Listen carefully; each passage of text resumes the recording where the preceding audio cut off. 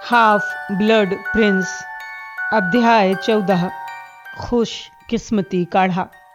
अगली सुबह हैरी की जड़ी बूटी विज्ञान की पहली क्लास थी। वो नाश्ते के समय रॉन और हरमाइनी को डंबलडोर की क्लास के बारे में कुछ बता नहीं पाया था। बहरहाल सब्जियों की क्यारी के बीच से ग्रीन हाउस की तरफ जाते समय उसने उन्हें सारी बातें बताईं। वीकेंड की बेरहम हवा खत्म हो गई थी। अजीब सी धुंध लौट आई थी। तुम जानते हो कौन बचपन में भी डरावना था? रॉन ने धीरे से अपने सुरक्षात्मक ग्लव्स पहने जब वो एक गांठदार स्नार ग्लव के ठूंठ के चारों तरफ बैठे थे जो उनके टर्म के प्रोजेक्ट का हिस्सा था। मैं समझ नहीं पा रहा हूँ डंबलडोर तुम्हें ये सब क्यों दिखा रहे हैं। मेरा मतलब है ये दिलचस्प है, लेकिन इसका क्या महत्व है? हैरी ने मुंह में टॉफी डालते हुए कहा, पता नहीं, लेकिन वो कहते हैं ये महत्वपूर्ण है और इससे मुझे बचने में मदद मिलेगी। मुझे लगता है ये बहुत अच्छा है।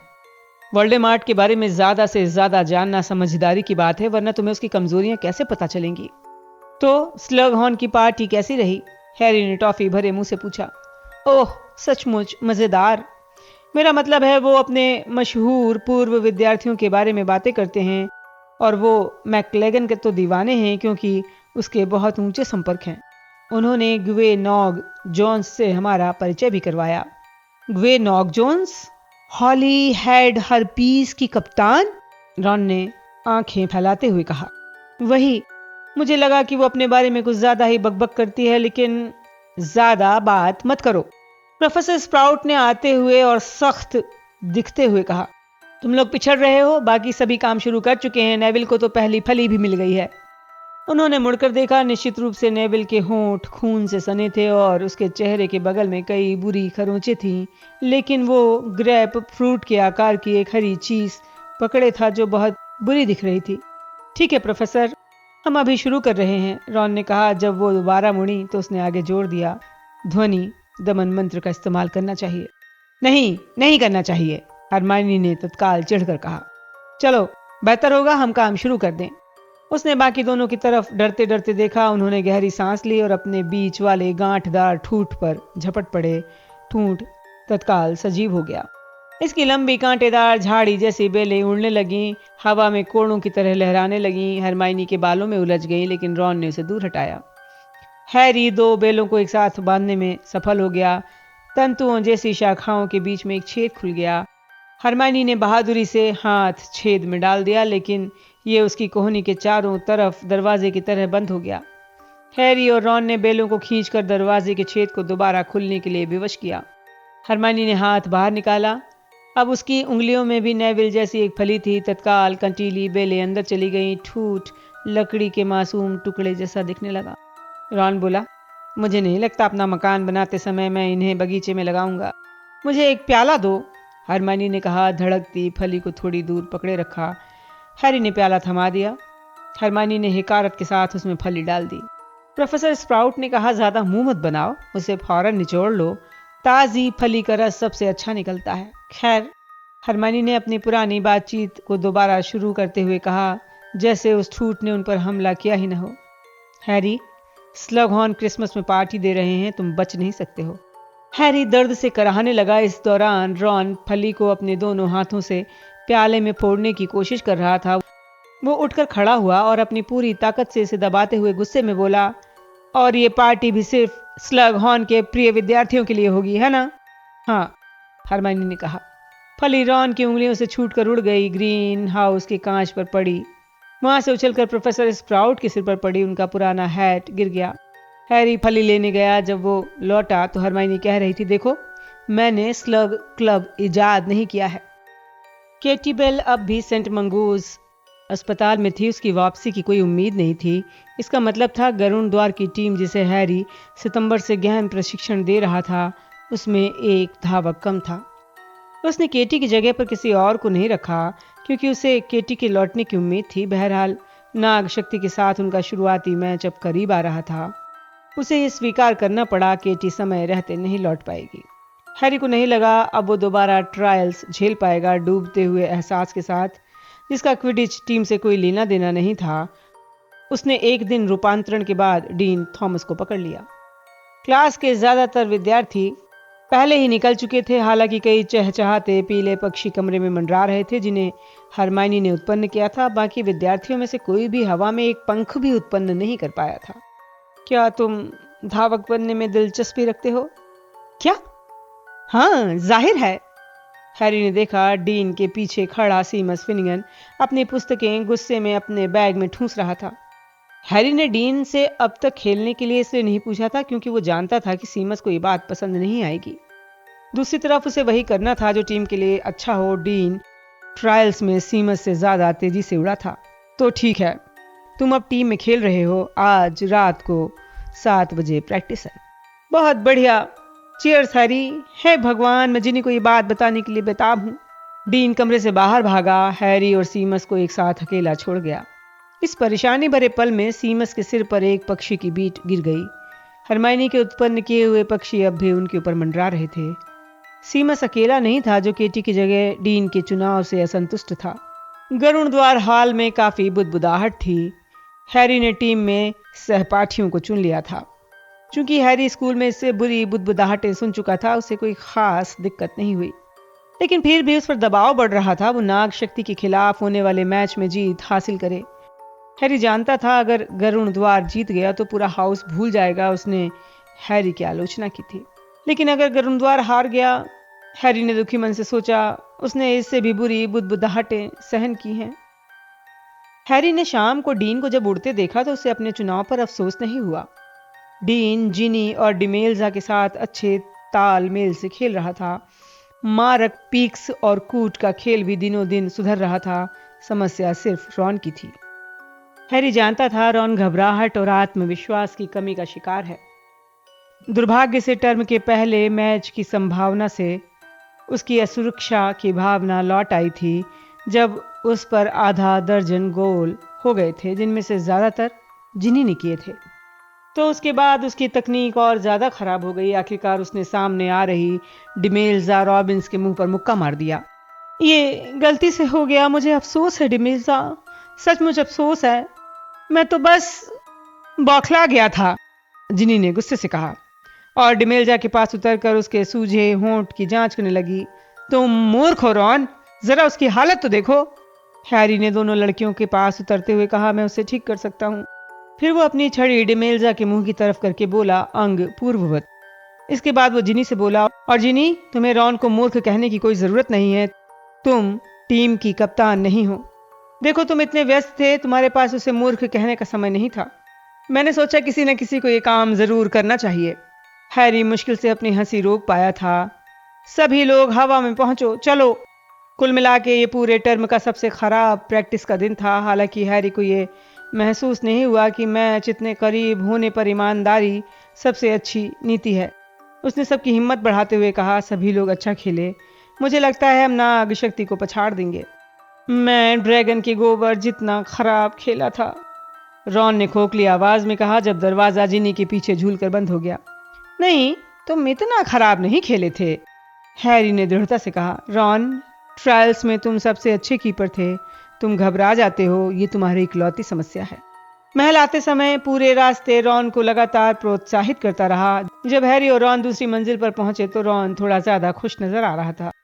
गरुणद्वार टावर के शॉर्टकट से जाने के लिए हैरी ने जब दीवार दरी खोली तो वहां डीन और जिनी लिपटे हुए मिले। ऐसा लगा जैसे हैरी के पेट में कोई भयंकर जानवर जाग गया हो और उसके भीतर के अंगों को जकड़ने लगा हो। गर्म खून उसके दिमाग में बाढ़ की तरह बहने लगा। विचार खत्म हो गए। उसके मन में डीन को मंत्र मारकर जेली में बदलने की इच्छा हो रही थी। इस पागलपन से जूझते समय उसे रॉन की आवाज बहुत दूर से आती सुनाई दी। ओए! डीन और जिनी एक दूसरे से अलग होकर मुड़कर देखने लगे। क्या? मैं नहीं चाहता मेरी बहन लोगों को खुलेआम चूमती फिरे, जिनी बोली।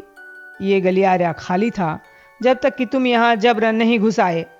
डीन थोड़ा शर्मिंदा था। उसने हैरी की तरफ मुस्कुराकर देखा। हैरी नहीं मुस्कुराया। उसके भीतर नवजात राक्षस गरज कर कह रहा था उसे डीन को फौरन टीम से निकाल देना चाहिए। डीन बोला, जिनी चले? तुम जाओ, मुझे अपने प्यारे भाई से थोड़ी बात करनी है। डीन चला गया। हालांकि उसे देखकर लग रहा था वहां से जाते समय उसे अफसोस नहीं था। अच्छा, जिनी ने अपने लंबे लाल बाल चेहरे से हटाते हुए कहा, रॉन, इससे तुम्हारा कोई लेना देना नहीं है कि मैं किसके साथ घूमती हूं, क्या करती हूं। हाँ, लेना देना है। तुम्हें क्या लगता है मैं चाहता हूं कि लोग कहें कि मेरी बहन एक। जिनी छड़ी निकालते हुए चिल्लाई, एक क्या? उसका कोई मतलब नहीं है जिनी। हालांकि उसके भीतर का राक्षस रॉन के शब्दों से सहमत था। ओह हाँ, उसका मतलब है। इसलिए क्योंकि उसने अपनी जिंदगी में किसी को नहीं चूमा है। अपना मुंह बंद रखो। रॉन गरजा, नहीं, मैं मुंह बंद नहीं रखूंगी। मैंने तुम्हें कफ के साथ देखा है। जब तुम उसे देखते हो तो उम्मीद करते हो कि वो तुम्हारा गाल चूम ले। रॉन ने भी अपनी छड़ी बाहर निकाल ली। हैरी तेजी से दोनों के बीच आ गया। तुम नहीं जानती तुम क्या बोल रही हो। रॉन गरजा और हैरी के पास से जिनी की तरफ देखने की कोशिश की। जिनी उपहास पूर्ण हंसी हंसने लगी और हैरी को धक्का देकर रास्ते से दूर हटाने की कोशिश करने लगी। इसके बाद वो वहां से धड़धड़ाती हुई चली गई। हैरी ने जल्दी से रॉन को छोड़ दिया। उसके चेहरे पर खूंखार भाव था, जैसे वो हत्या करना चाहता हो। चलो, हैरी ने कहा जब फिल्च के घिसटते पैरों की आवाज उसके कानों तक पहुंच गई। वे जल्दी से सीढ़ियां चढ़कर 7वीं मंजिल के गलियारे में चलने लगे। ओए, रास्ते से हटो। रॉन ने एक छोटी लड़की से चिल्लाकर कहा, जो डर गई और उसने मेंढक के अंडों की बोतल गिरा दी। टूटते कांच की आवाज की तरफ हैरी का ध्यान ही नहीं गया। वो असंतुलित और चकराया हुआ था। मोटी औरत के पास पहुंचने पर रॉन ने अचानक पूछा, क्या तुम्हें लगता है हरमाइनी ने क्रम को चूमा होगा? हैरी अपराधी भाव से चौंक गया। क्या? उसने दुविधा से कहा। ओह, सच्चा जवाब हाँ था, लेकिन वो ये नहीं कहना चाहता था। बहरहाल रॉन ने हैरी के चेहरे के भाव को देखकर अनुमान लगा लिया। डिली ग्राउट, उसने मोटी औरत से तल्ख स्वर में कहा, और वो तस्वीर के छेद से होते हुए हॉल में पहुंच गए। दोनों में से किसी ने भी इसके बाद जिनी या हरमाइनी का जिक्र नहीं किया। हैरी काफी समय तक जाकर अपने मसहरीदार पलंग के ऊपर झालर देखता रहा।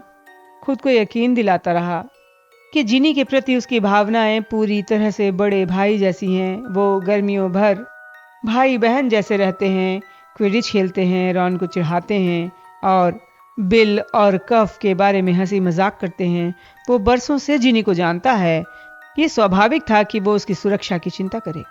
ये स्वाभाविक था कि उसे चूमने के लिए वो डीन को सिर से पैर तक चीर देना चाहे। नहीं, उसे अपने भाई जैसी इस भावना पर खास तौर पर काबू रखना होगा। रॉन ने जोर से हुंकार भरा खर्राटा लिया। हैरी ने खुद को दृढ़ता से बताया, वो रॉन की बहन है। रॉन की बहन। वो मेरे दायरे से बाहर है। वो रॉन के साथ अपनी दोस्ती किसी कीमत पर नहीं तोड़ेगा।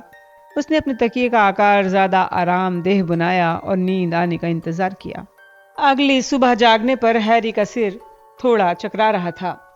उसने रात को इस तरह के सपने देखे थे जिसमें रॉन मारक का मुदगर लेकर उसके पीछे भाग रहा था, लेकिन दोपहर तक उसे असली रॉन के बजाय सपने वाला रॉन ज्यादा अच्छा लग रहा था। रॉन जिनी और डीन से कोई बातचीत नहीं कर रहा था। इसके अलावा वो आहत और चकराई हुई हरमाइनी के प्रति भी बर्फीली व्यंग्यात्मक उदासीनता से पेश आ रहा था। रॉन रातों रात उतना ही चिड़चिड़ा और कटखना हो गया था जितने विस्फोटक अग्निडंक थे। हैरी को यह देखकर निराशा हुई कि रॉन का नया आक्रामक व्यवहार अगले कुछ दिनों तक खत्म नहीं हुआ। इससे भी बुरी बात यह थी कि इससे उसकी गोलकीपिंग की योग्यता में काफी गिरावट आई। वो पहले से ज्यादा आक्रामक हो गया था। परिणाम यह हुआ कि शनिवार के मैच से पहले वाली आखिरी क्विडिच प्रैक्टिस में वो धावकों के मारे एक भी गोल को नहीं बचा पाया। हर एक को बुरी तरह डांटता रहा। डेमिल्जा रॉबिन्स तो रोने लगी। तुम चुप रहो और उसे अकेला छोड़ दो, पिक्स ने कहा, जो रॉन से लंबाई में 2/3 था, लेकिन उसके हाथ में एक भारी बल्ला था। बहुत हो गया, हैरी गरजा, जिसने जीनी को रॉन की दिशा में गुस्से से घूरते हुए देख लिया था। बैट बोगी हैक्स में जीनी की कुशलता को याद करते हुए वो तत्काल हस्तक्षेप करने पहुंच गया। पिक्स, जाकर पहलवानों को अंदर रख दो। डिमेल्जा, खुद को संभालो, तुम आज सचमुच अच्छा खेली हो। रॉन, उसने इंतजार किया जब तक पूरी टीम दूर नहीं चली गई। तुम मेरे सबसे अच्छे दोस्त हो, लेकिन अगर तुम इस तरह सबके साथ सलूक करोगे तो मैं तुम्हें टीम से बाहर निकाल दूंगा। एक पल के लिए उसे ऐसा लगा जैसे रॉन उसे मुक्का मार देगा, लेकिन इससे भी बुरी चीज हुई। रॉन अपनी झाड़ू पर लुढ़क सा गया। उसके भीतर का सारा गुस्सा ठंडा हो गया। वो बोला, मैं इस्तीफा देता हूँ, मैं बहुत बुरा खिलाड़ी हूँ। तुम बुरे खिलाड़ी नहीं हो, तुम इस्तीफा नहीं दे रहे हो। तुम जब फॉर्म में रहते हो तो हर गोल बचा सकते हो। तुम्हारे साथ समस्या दिमागी है। तुम क्या कह रहे हो? मेरा दिमाग खराब है? हाँ, मैं यही कह रहा हूं। एक पल के लिए वो एक दूसरे को गुस्से से घूरते रहे। रॉन ने थके अंदाज में सिर हिला दिया। मैं जानता हूं तुम इतने समय में दूसरा कीपर नहीं खोज पाओगे, इसलिए मैं कल का मैच खेलूंगा, लेकिन अगर हम हार गए तो जैसा तय है मैं टीम से बाहर निकल जाऊंगा। हैरी के लाख समझाने से कोई फर्क नहीं पड़ा। डिनर के दौरान हैरी रॉन का आत्मविश्वास बढ़ाने की कोशिश करता रहा, लेकिन रॉन हरमाइनी से इतना ज्यादा चिढ़ा हुआ था कि उसने हैरी की बातों पर ध्यान ही नहीं दिया। हैरी उस रात को गरुड़ द्वार के हॉल में भी कोशिश करता रहा। उसने ये भी कहा कि रॉन के जाने से पूरी टीम का मनोबल कम हो जाएगा। बहरहाल उसका ये दावा खोखला लग रहा था, क्योंकि साफ था टीम के बाकी सदस्य रॉन के बारे में ही बातें कर रहे थे। वो उसे बुरी नजरों से देख रहे थे। आखिरकार हैरी ने दोबारा गुस्से का नाटक किया ताकि रॉन उत्तेजित होकर गोलकीपर के रूप में श्रेष्ठ प्रदर्शन का संकल्प करे। रॉन पहले जितनी ही दुखी और उत्साहहीन मानसिकता से अपने पलंग पर सोने चला गया। हैरी लंबे समय तक जागता रहा। मैच हारना नहीं चाहता था। कप्तान के रूप में ये उसका पहला मैच था। इसके अलावा वो क्विडिच में ड्रेको मैलेफॉय को हराने के बारे में संकल्पवान था। बहरहाल रॉन की पिछली प्रैक्टिस को देखा जाए तो उसके जीतने की संभावना कम थी। अगर कोई रास्ता हो जिससे रॉन खुद को संभाल ले, जिससे सुनिश्चित हो जाए कि रॉन की किस्मत अच्छी है। हैरी के मन में जवाब आ गया। अगली सुबह नाश्ता हमेशा जितना रोमांचक था। आसमान साफ नीला था, जो शुभ संकेत था। गरुड़ द्वार की टेबल लाल और सुनहरे रंगों से भरी हुई थी। हैरी ने मुस्कुराकर हाथ हिलाया। रॉन ने मुंह बनाते हुए सिर हिला दिया। हौसला रखो रॉन, लेवेंडर चिल्लाई। मैं जानती हूं तुम अच्छा खेलोगे। रॉन ने उसकी बात अनसुनी कर दी। चाय, कॉफी, कद्दू का जूस? हैरी ने उससे पूछा। कुछ भी, रॉन ने उदासी से कहा और बिना सोचे समझे टोस्ट का एक टुकड़ा खाने लगा। हरमाइनी रॉन के व्यवहार से तंग आ चुकी थी। वो नाश्ता करने नहीं आई। कुछ मिनट बाद टेबल पर उनके पास आकर रुकी। उसने रॉन के सिर के पीछे वाले हिस्से को देखते हुए कहा, तुम दोनों कैसा महसूस कर रहे हो? अच्छा, हैरी ने कहा, जो रॉन को कद्दू के जूस का गिलास देने पर ध्यान केंद्रित कर रहा था। ये लो रॉन, इसे पी जाओ। रॉन ने गिलास अपने होंठों से लगाया कि हरमाइनी ने तीखी आवाज में कहा, उसे मत पीना रॉन। हैरी और रॉन उसकी तरफ देखने लगे। क्यों नहीं? तुमने अभी अभी उस गिलास में कुछ मिलाया है। क्या कहा? तुमने मेरी बात सुन ली है। मैंने देखा है तुमने रॉन की गिलास में कुछ मिलाया है। तुम्हारे हाथ में अभी भी वो शीशी है। मुझे नहीं पता तुम किस बारे में बोल रही हो, हैरी ने कहा। जल्दी से छोटी शीशी जेब में रख ली। रॉन, मैं चेतावनी देती हूं, मत पीना। रॉन ने गिलास उठाकर एक सांस में पी लिया। बोला, हरमाइनी, मुझ पर हुक्म चलाना बंद करो। हरमाइनी परेशान हो गई। इतना नीचे झुकी कि सिर्फ हैरी उसकी बात सुन सके। फुसफुसाकर बोली, इसके लिए तुम्हें स्कूल से निकाल दिया जाएगा। हैरी, मुझे यकीन नहीं तुम ऐसा कर सकते हो। देखो तो सही, कौन बोल रहा है? जिसने किसी को हाल में ही चकर घिन्नी किया था। वो तेजी से उनसे दूर चली गई। हैरी बिना अफसोस के उसे जाते देखता रहा। दरअसल हरमाइनी कभी समझ ही नहीं पाई क्विडिच कितना गंभीर मामला है। हैरी रॉन को देख रहा था जो होठ चाट रहा था। चलो, समय हो गया है, हैरी ने खुशी से कहा। हैरी ने रॉन से कहा, हम बहुत खुशकिस्मत हैं, मौसम इतना अच्छा है ना? हाँ, रॉन ने कहा, जो पीला और बीमार दिख रहा था। जिनी और डिमेल्जा पहले से ही चेंजिंग रूम में अपने क्विडिच दुशाले पहनकर इंतजार कर रही थी। परिस्थितियां आदर्श नजर आ रही थीं। जिनी ने रॉन को नजरअंदाज करते हुए कहा, और सोचो तो सही, कल की प्रैक्टिस में नाग शक्ति के धावक वासी के सिर में पहलवान लग गया था। वो खेलने की हालत में नहीं है।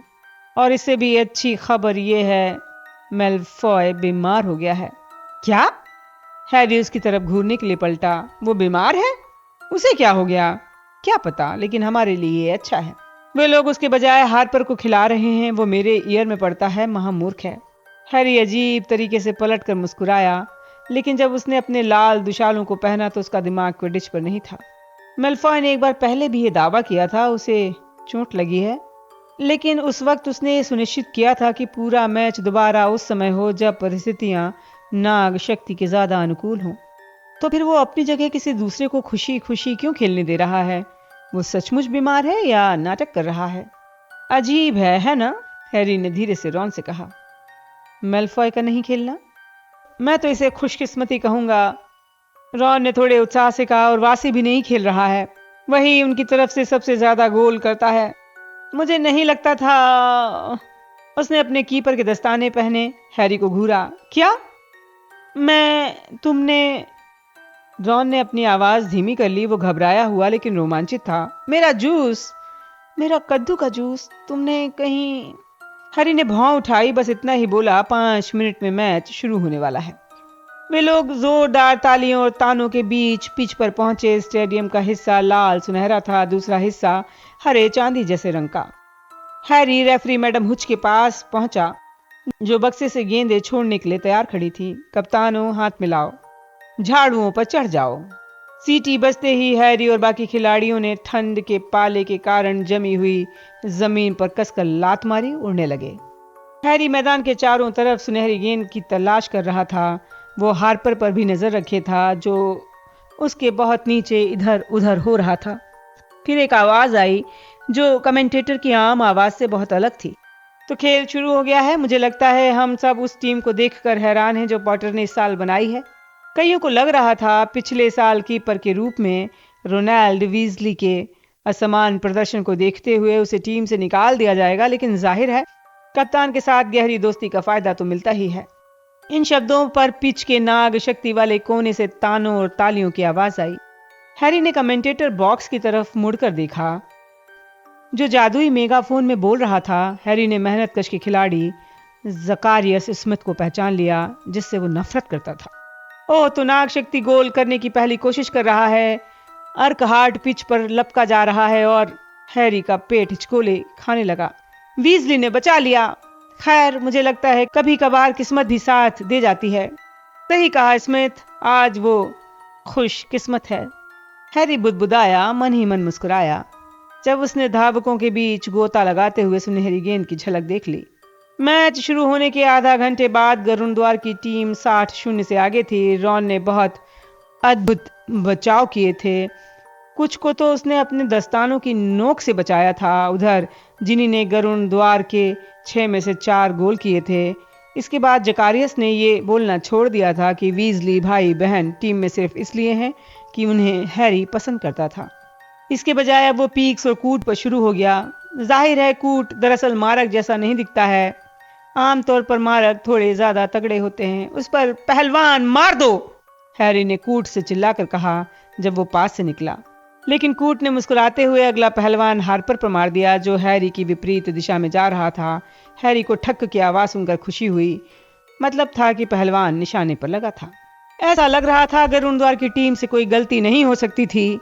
उन्होंने बार बार स्कोर किया और पिच की दूसरी तरफ रॉन ने बार बार गोल बचाए। लगता है कि आज कुछ खास है ना? एक व्यंग्यात्मक आवाज आई। हैरी अपनी झाड़ू से गिरते गिरते बचा, क्योंकि हार्पर उससे जानबूझकर टकराया था। तुम्हारा खून का गद्दार दोस्त। मैडम हुच की पीठ उसकी तरफ थी। हालांकि गरुड़द्वार के दर्शक नीचे से गुस्से में चिल्लाए, लेकिन जब तक वो मुड़ी हार्पर भाग चुका था। दुखते कंधे के साथ हैरी उसके पीछे भागा।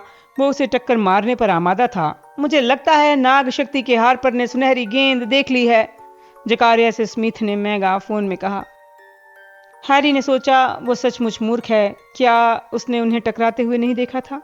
लेकिन अगले ही पल उसका पेट आसमान से टपकता हुआ लगा। स्मिथ सही था, हार्पर यूं ही ऊपर की तरफ नहीं लपका था। हैरी ने गति बढ़ा दी। हवा उसके कानों में सीटी की तरह बज रही थी। गरुड़द्वार सिर्फ 100 पॉइंट से आगे था। अगर हार्पर गेंद पकड़ लेगा तो गरुड़द्वार हार जाएगा। हैरी हताशा में चिल्लाया, ओए हार्पर, तुम्हें मेलफॉय ने अपने बदले में खेलने के कितने पैसे दिए थे? वो नहीं जानता था उसके मुंह से ये बात क्यों निकली थी, लेकिन ये सुनकर हार्पर पीछे मुड़ गया। उसके हाथ से सुनहरी गेंद फिसल गई और हैरी ने तेजी से झपट कर पकड़ ली। फड़फड़ाती गेंद हैरी के हाथ में थी। ये देखो, हैरी चिल्लाया, तेजी से घूमा, जमीन की तरफ लपका। सुनहरी गेंद उसके हाथ में ऊंची उठी हुई थी। जब भीड़ को एहसास हुआ कि क्या हुआ है, तो इतना तेज शोर हुआ कि सीटी की आवाज उसमें डूब गई, जो मैच खत्म होने का संकेत थी। जिनी, तुम कहां जा रही हो? हैरी चिल्लाया जब उसने पाया कि बाकी की टीम उसे गले लगाने के लिए हवा में आ गई, लेकिन जिनी उनके पास से तेजी से गुजरी और फिर धमाके के साथ कमेंटेटर बॉक्स से टकरा गई। जब भीड़ चिल्लाने और हंसने लगी तो गरुड़ द्वार की टीम उस लकड़ी के विनाश के पास उतरी जिसके नीचे जकारियस हल्के से हिल रहा था। हैरी ने सुना जिनी चहकते हुए नाराज प्रोफेसर मैगोनिकल से कह रही थी, ब्रेक लगाना भूल गई प्रोफेसर, सॉरी। हंसते हुए हैरी बाकी की टीम से अलग हुआ। उसने जिनी को गले से लगा लिया लेकिन जल्दी ही छोड़ दिया। चेंजिंग रूम में माहौल खुशी से भरा हुआ था। हॉल में पार्टी है, सीमस ने कहा। डीन खुशी से चिल्लाया, चलो जिनी, डिमेल जा। अंत में चेंजिंग रूम में सिर्फ रॉन और हैरी थे।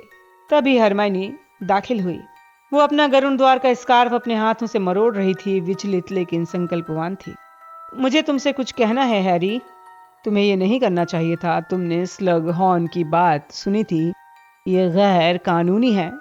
तुम क्या करोगी, हमारी चुगली? रॉन ने पूछा। तुम दोनों किस बारे में बोल रहे हो? हैरी ने पूछा और अपने दुशाले टांगने के लिए मुड़ा ताकि वो उसकी मुस्कुराहट न देख पाए। तुम अच्छी तरह जानते हो मैं किस बारे में बोल रही हूं। तुमने नाश्ते के वक्त रॉन के जूस में खुशकिस्मती काढ़ा मिला दिया था। खुशकिस्मती काढ़ा? नहीं, मैंने नहीं मिलाया था। हाँ, तुमने यही किया था और इसीलिए ये सब कुछ ठीक हुआ है। नाग शक्ति के खिलाड़ियों का निशाना हर बार चूक गया और रॉन ने हर गोल बचा लिया। मैंने उसमें कुछ नहीं डाला था, हैरी ने खुलकर मुस्कुराते हुए कहा। उसने अपना हाथ जैकेट की जेब में डाला, छोटी शीशी निकाली जो हरमाइनी ने उस सुबह उसके हाथ में देखी थी। ये सुनहरे काढ़े से भरी हुई थी और इसका कॉर्क अभी मोम से सील बंद था। मैं तो बस ये चाहता था कि रॉन ये सोचे कि मैंने ये काम किया है, इसलिए मैंने तुम्हारे देखते समय ये नाटक किया था। उसने रॉन की तरफ देखा। तुम हर गोल इसलिए बचा सके क्योंकि तुमने खुद को खुशकिस्मत समझा, लेकिन तुमने हर गोल खुद बचाया था। उसने काढ़े की शीशी अपनी जेब में रख ली। तो मेरे कद्दू के जूस में सचमुच कुछ नहीं था? रॉन ने हैरानी से पूछा। लेकिन अच्छा मौसम, वासी का न खेलना, तुमने मुझे सचमुच खुशकिस्मती काढ़ा नहीं पिलाया था? हैरी ने इनकार में सिर हिला दिया। रॉन एक पल के लिए उसकी तरफ मुंह फाड़ कर देखता रहा। देखा, मैं बिना मदद के भी गोल बचा सकता हूं हरमाइनी। मैंने कभी नहीं कहा तुम गोल नहीं बचा सकते रॉन। तुमने भी तो सोचा था कि तुमने काढ़ा पिया था। रॉन उसके पास से होता हुआ दरवाजे से निकल गया। हैरी ने अचानक खामोशी में कहा। उसे अपनी योजना के इस कदर बिगड़ने की उम्मीद नहीं थी। क्या हम पार्टी में चलें? तुम जाओ, मैं इस वक्त रॉन से तंग आ गई हूं। मुझे पता ही नहीं मैंने क्या किया है। वो धड़धड़ाती हुई चेंजिंग रूम से बाहर निकल गई। हैरी धीरे धीरे भीड़ के बीच से महल की तरफ चल दिया। कई लोग उसे बधाई दे रहे थे लेकिन उसे पराजय का एहसास हो रहा था। उसे यकीन था कि अगर रॉन मैच जीत गया तो हरमाइनी और रॉन की एक बार फिर दोस्ती हो जाएगी। हैरी को गरुड़ द्वार के जश्न की पार्टी में हरमाइनी नहीं दिखी। हालांकि जब वो पहुंचा तो पार्टी पूरे शबाब पर थी। करीबी बंधु हर पल का विस्तार से वर्णन कर रहे थे। बहुत सी लड़कियों ने हैरी को घेर लिया। वो उसके सामान्य वाक्यों पर भी हंस रही थी और अपनी पलकें झपका रही थी। रॉन को खोजने में थोड़ा समय लग गया। आखिरकार उसने खुद को रोमिल्डा वेन से अलग किया जो संकेत कर रही थी कि स्लग हॉर्न की क्रिसमस पार्टी में वो उसके साथ जाना चाहती है। जब वो ड्रिंक्स टेबल की तरफ जा रहा था तो जिनी से टकरा गया। अर्नोल्ड नाम का पिग्मी पफ जिनी के कंधे पर सवारी कर रहा था। रॉन को देख रहे हो? वो वहां है, पाखंडी कहीं का। हैरी ने उस कोने से देखा जिधर वो इशारा कर रही थी। वहां पूरे कमरे की निगाह के सामने रॉन लेवेंडर ब्राउन से इतना चिपका हुआ था कि ये समझ ही नहीं आया कि किसके हाथ कौन से हैं। ऐसा लगता है वो उसका चेहरा खा रहा है ना? मुझे लगता है उसे अपनी तकनीक सुधारना होगी। अच्छा खेले। उसने हैरी की बाह थपथपाई। हैरी के पेट में हलचल होने लगी। हैरी रॉन से दूर हो गया। रॉन को देखकर ऐसा नहीं लग रहा था कि वो जल्दी वहां से निकलेगा। एक बार फिर रोमिल्डा वेन को एक तरफ करके वो आगे लपका। उसने मोटी औरत की तस्वीर को धक्का देकर खोला। बाहर का गलियारा वीरान था। हरमाइनी, उसने पहले क्लासरूम में झांका। वो वहां मिल गई। वो टीचर की डेस्क पर अकेली बैठी थी।